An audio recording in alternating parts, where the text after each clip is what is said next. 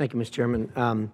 You know, it's Senator Cardin, who I have the highest respect for, made a statement which I really agree with, and that is that we really need to leave emotion out of this. And I couldn't agree with you more. This should be done in a very non-emotional way. But that doesn't mean we got to leave common sense out of this, with all due respect.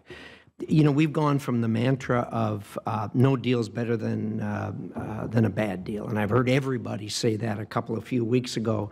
And now we've gotten to the point where, well, you have to accept this or else it's war.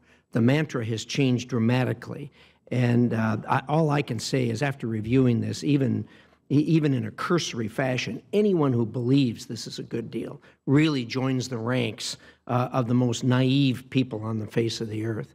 When you're dealing with the people that we're dealing with here, with the history they have of cheating and everything else, anyone who can say this is a good deal.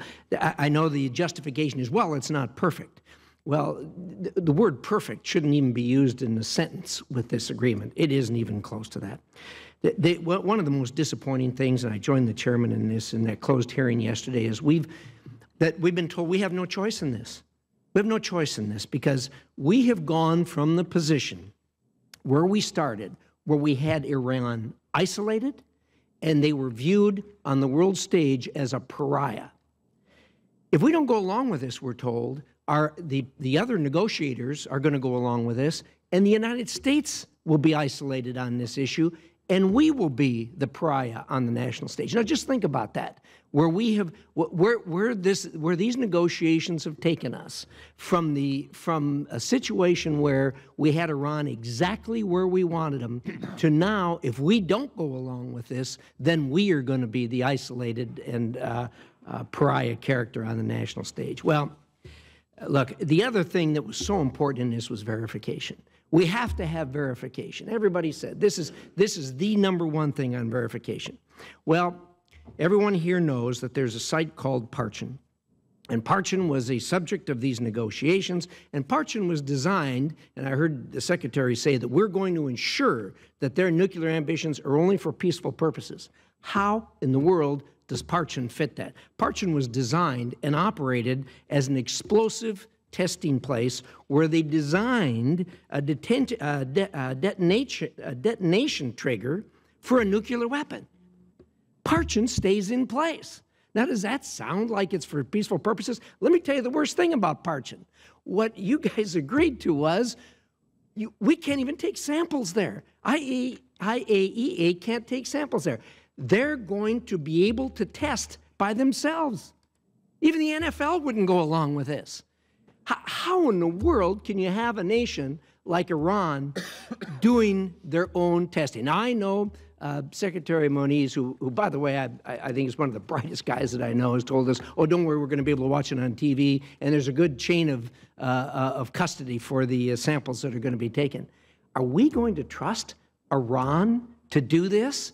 This is a good deal. This is what we were told we were going to get when we were told that don't worry, we're going to be watching over their shoulder, and we are going to put in place verifications that are absolutely bulletproof. We're going to trust Iran to do their own testing? This is absolutely ludicrous. Well, the one thing that bothers me incredibly about this is the billions of dollars that Iran's going to get.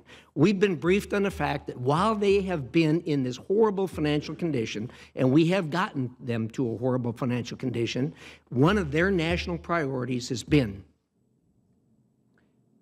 to support terrorism.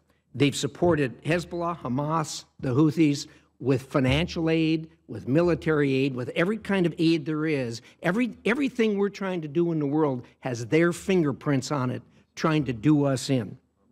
So these billions of dollars are going to be put back in their hands within, I'm told, about 9 months.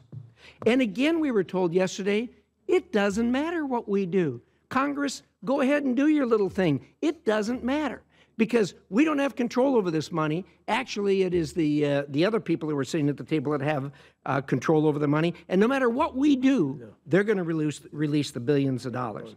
Well, I got to tell you, this is a very heavy lift when you sleep at night. and you say, well, I'm going to vote to release $50 billion, started at $100 billion, now you got it down to $50 billion, whatever it is, knowing that that money is, a portion of that money is going to be directly transferred to people who are going to be trying to kill Americans and who are trying to kill innocent people and that are trying to kill our allies.